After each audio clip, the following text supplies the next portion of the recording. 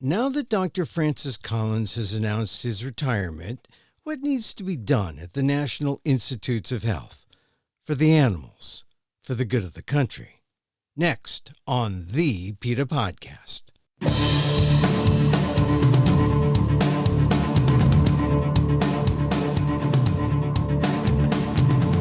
Welcome to the PETA Podcast. I'm Guillermo, your host for this inside look at animal rights, brought to you by PETA, the largest animal rights organization in the world. On today's episode, after nearly 3 months of pressure by PETA calling for the resignation of Dr. Francis Collins, the director of the National Institutes of Health, Collins surprised nearly everyone with the announcement that he would step down at the end of the year. For the U.S., it's a unique opportunity to get back on track with other countries that are moving forward in scientific research techniques. Meanwhile, during Collins' tenure, the U.S. has dragged its feet in a costly way, funding projects that failed to produce the medical breakthroughs because they rely on cruel and outdated methods, namely animal experimentation, and all of it with hundreds of millions of your tax dollars. Better leadership could redirect those dollars and get the American public what it expects from NIH, but only if a new person appointed by the Biden administration has the vision to modernize the National Institutes of Health. Here's my conversation with PETA Senior VP of Laboratory Investigations, Guillermo, assessing Collins' tenure and raising hopes for the future on the PETA Podcast. So tell me, why was PETA calling for Collins to resign? Did he do anything specifically, or was it just that his time had come?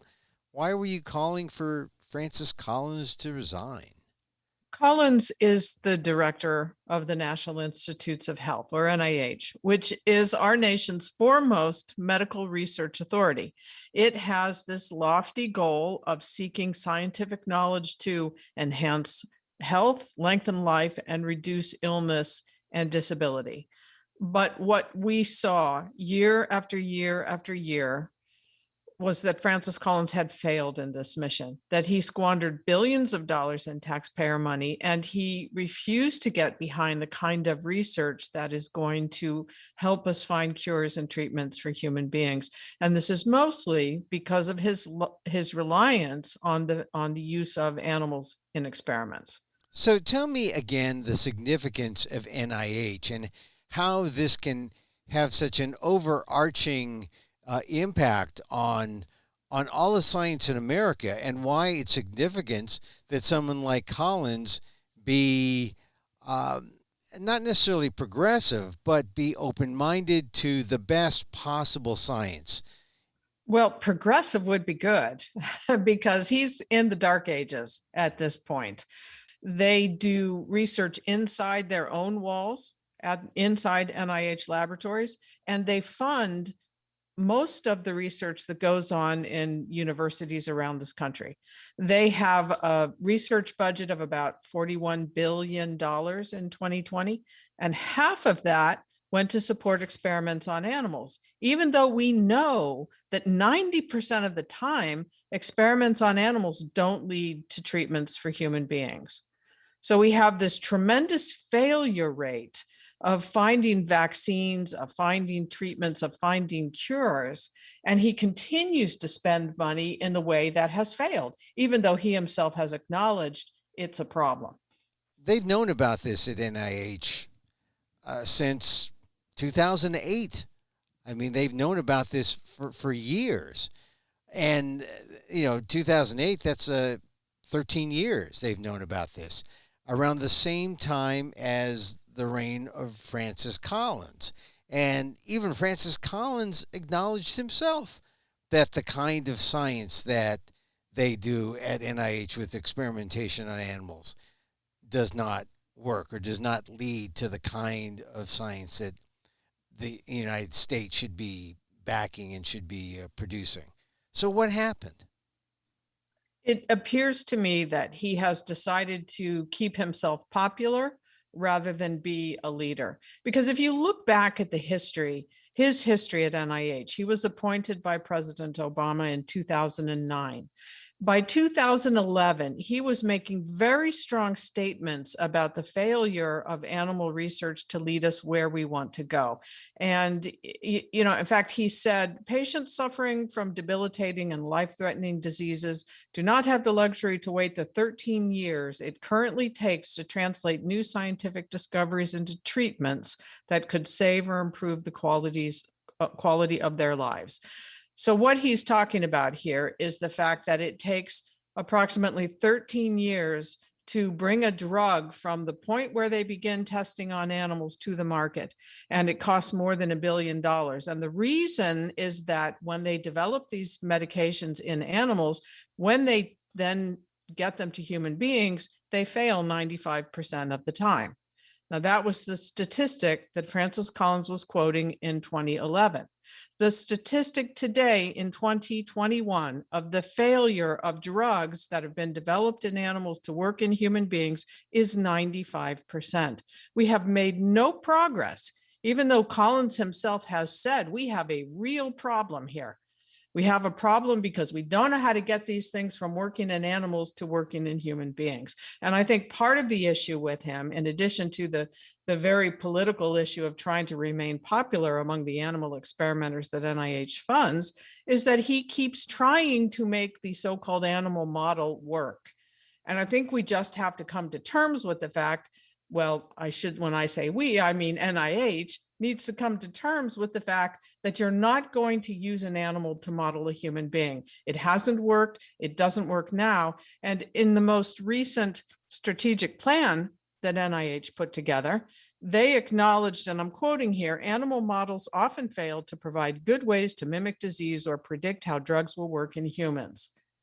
Those are NIH's own words. And yet they're still pouring 50% of their research budget into animal experiments. Yeah, what gets me is that this acknowledgement coming now, well, Francis Collins, as you read, was acknowledging it back in 2011. And yet we have not really pushed forward in all that time that he has been the head of NIH. I guess he was just playing it politically safe, right? That's the only way you can say it. Politically safe. I mean, I think that's what marks his tenure as NIH director. And he's talked recently, as he's announced that he's going to step down at the end of the year, he's talked about the need for a visionary new leader. And I am thinking, yeah, you think so? Yeah, I really do. And there are about 100 million animals who think so, and a whole lot of people who are suffering from illness and disease who think so, and a lot of taxpayers who don't want to see their money go down the drain anymore. So don't let the door hit you on the way out. Well, tell me something, though. He has dragged his feet, done nothing since he made the statements in 2011 acknowledging that animal experimentation is not very fruitful. Say he took a more enlightened stance and said, let's start thinking about other ways to go about doing science. Would we have been much further ahead?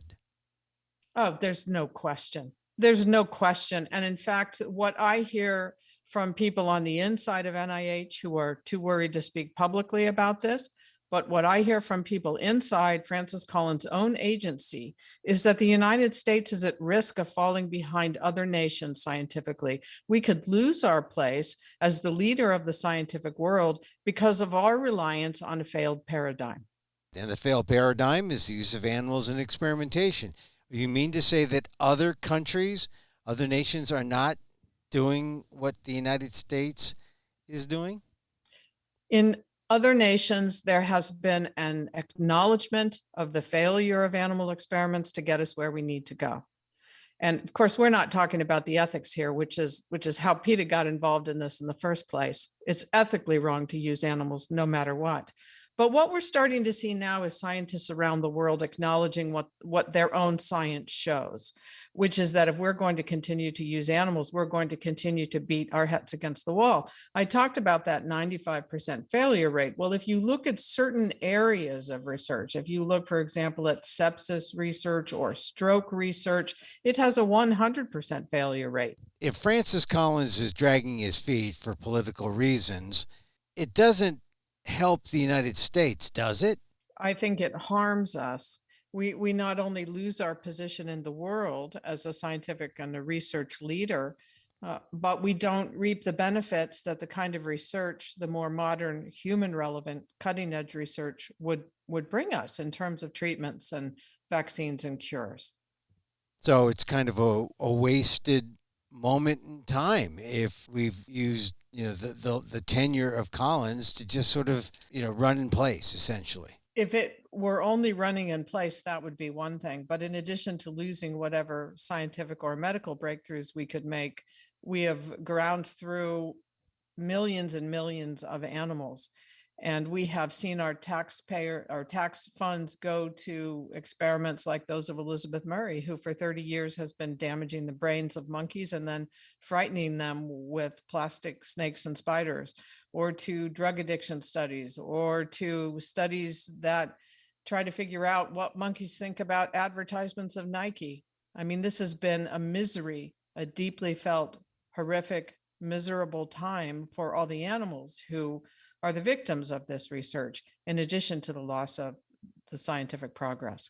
All right. So, what other countries, or what is happening in other countries that maybe we can model, or that maybe we can follow because we have been reluctant politically under the leadership of Dr. Francis Collins? Well, we have a plan, and it's called the Research Modernization Deal. It's a document written by scientists at PETA, some with many long years of experience in the scientific field, at least one of whom used to be a researcher at NIH. And it's a very simple, straightforward strategy for phasing out the use of animals. The Research Modernization Deal outlines the failures of animals to lead us to cures for human beings. And then it says simply, for those areas where we know animal experiments don't work, where we see that 96 to 100% failure rate, stop those right now and put the money into other areas of research where we're likely to see progress. Then we need to assess what are the other areas that haven't been reviewed yet. Are there other areas of animal use that are also failing, but that we simply aren't aware of it yet? Those need to be done. We need to harmonize internationally with all the other countries in the world so that we're on the same page with what kinds of tests and what kinds of methods should be used. And we need to put the money into this forward-thinking research. And part of the reason I bring this up is that we were just working with members of the European Parliament. And when I say we, I mean the PETA office in what we call the PETA entity, PETA UK and PETA Germany, have been working with members of the European Parliament, and they have been reviewing our research modernization deal.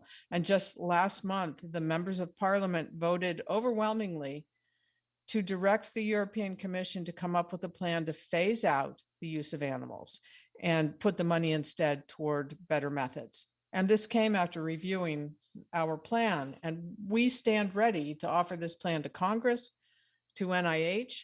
It's endorsed by a number of scientists and medical groups. And there is a way forward. We've gone through this very dark period. And I think the one good thing that came out of it is that the United States stopped using chimpanzees for experiments. So we can thank Francis Collins for that. But otherwise, we need to move forward, and we have a way to do it, and we could make good progress in short order. What has stopped, say, the research modernization deal that you've shared with the European nations? What has stopped you from sharing it with Congress, or what prevents it from going forward here in the U.S.? There should be nothing that prevents it from going forward. We are now in the process of sharing it with members of Congress, and we have shared it with NIH. We sent a copy of it to every director of all the institutes at the National Institutes of Health, and we've had no response from them. We have put them on the hot seat a number of times over there at NIH, and they're not very fond of us, but we speak the truth, and the truth needs to be heard, and our taxes need to be put toward better research. Well, what is the threat? I mean, if here's new information, a way to do better science, Europe is embracing it. What are they afraid of? Is it the same thing they've always been afraid of, or what do you suppose? There's a tremendous inertia from what I can see at NIH. I mean, in the beginning, or at least back in 2011, when Francis Collins was acknowledging the failure of animal studies to lead us where we want to go, he came up with a division of NIH that they call the National Center for Advancing Translational Sciences. And the idea behind this was to try to figure out why the animal experiments weren't working and how could we improve the animal experiments to lead to more cures for human beings. But this is a little bit like saying, I need to figure out why my Ford is not running. So I'm going to work on my bicycle over here in the corner for about 10 years. And once I figure out how that bicycle works, then I'm going to take what I learned and apply that to my Ford truck. So you see the problem. It's going to be a very long time if we continue trying to figure out human physiology by looking at animal physiology. Do you think any of this had any impact on him deciding to leave at this point? I have to think it did. We have been actively calling for his resignation since about the middle of July. We reached a point at which we realized, and we heard from people inside NIH, progress is not going to be made as long as he's in the leadership. And we began actively calling for it. We took out ads in all of the Washington, D.C.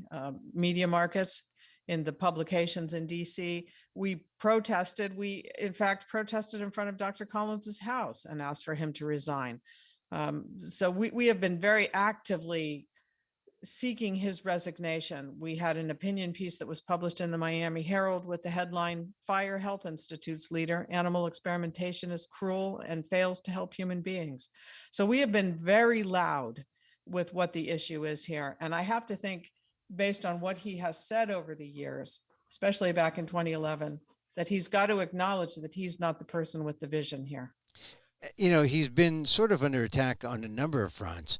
Most noteworthy, COVID, where he used to put Dr. Anthony Fauci up in front, and then I guess he sort of felt that he should be out in front of the cameras, and so he was for maybe for the most part of 2021.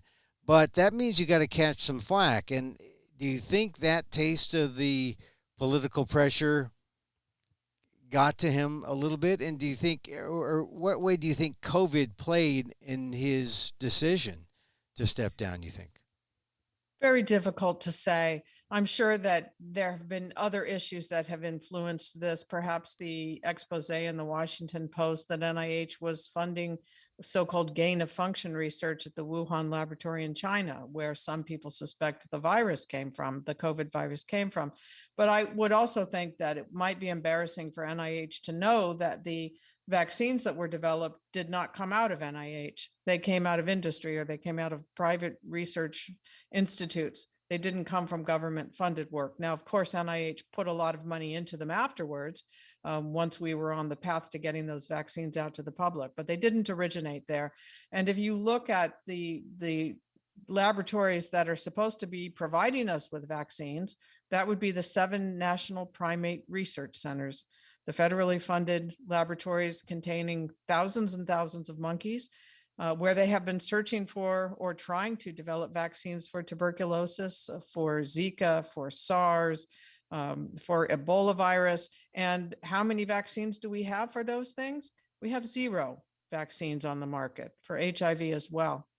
So I have to think that COVID must be a reminder to the administration and to the leadership at NIH that the vaccines aren't coming from those funds. And do you think it's related to the fact that they've got this approach that involves using animals, and it's the wrong approach, and that has hampered their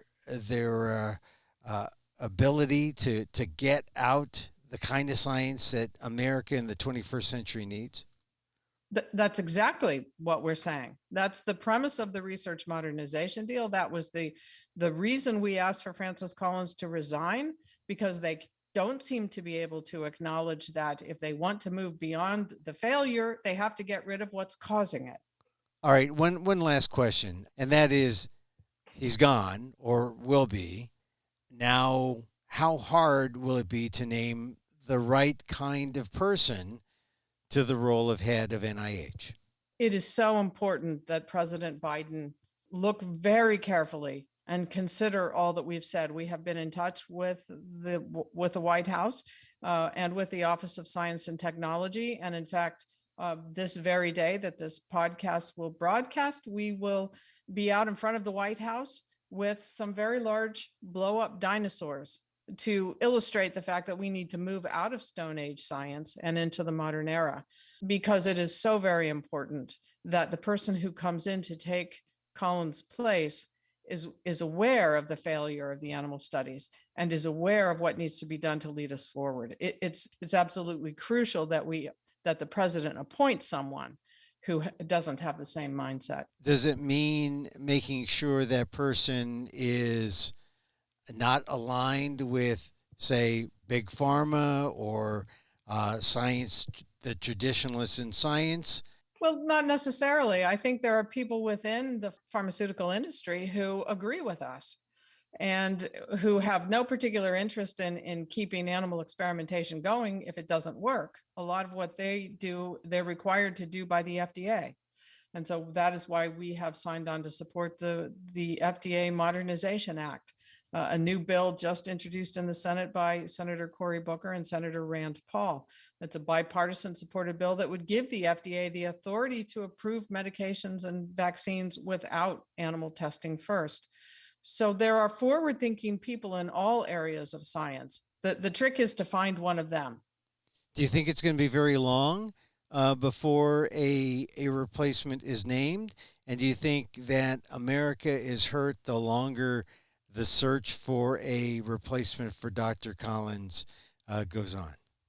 It's most important that the right person is chosen. So whether that takes 1 month or 6 months, that's what's key. We are told that what will happen in the short term is that an interim director will be chosen after the end of this year. And then someone will be forwarded, and that person has to be confirmed by the Senate.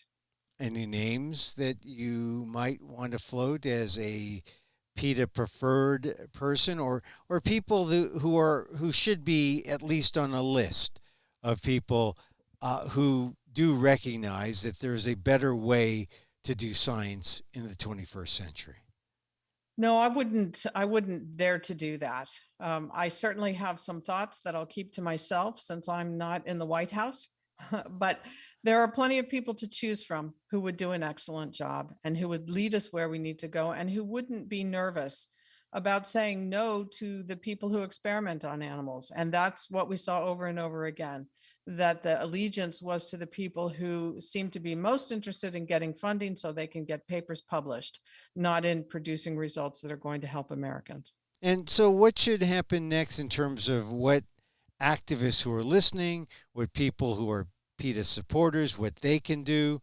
Should they be in touch with their congressmen, their senators, to make suggestions or to give them some guidance on how a replacement for Collins should take place? Well, very shortly, within the next week or so, on our website on PETA.org, we will have an action alert up. And that's what we refer to as a way for people easily to send an email message or make a phone call to a person in authority. And this one will be going to the White House. So we will be asking our supporters and members of the public to very politely request that the White House consider the research modernization deal and put a true visionary at NIH.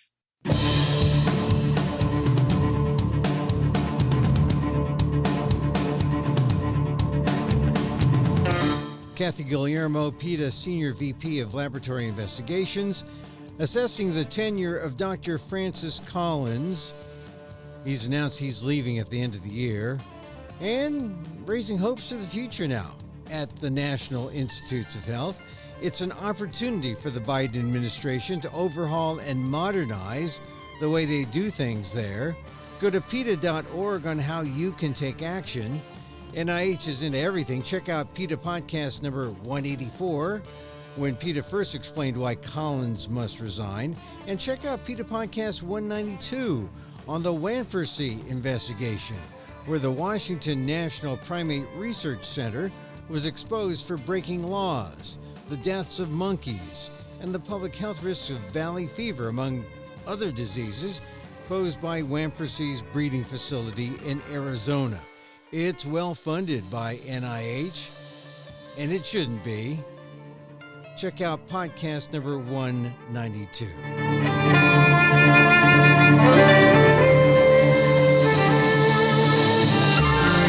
And that's our show for today. Thank you for listening. Don't forget to send a link of this show to your friends. Tell them you like the PETA Podcast. Contact us at PETA.org. You can find me on Twitter at Emil Amok. That's EMILAMOK. Or see my vlog at AMOK.com. Or see my work at ALDEF, the Asian American Legal Defense and Education Fund. That's AALDEF.org/blog.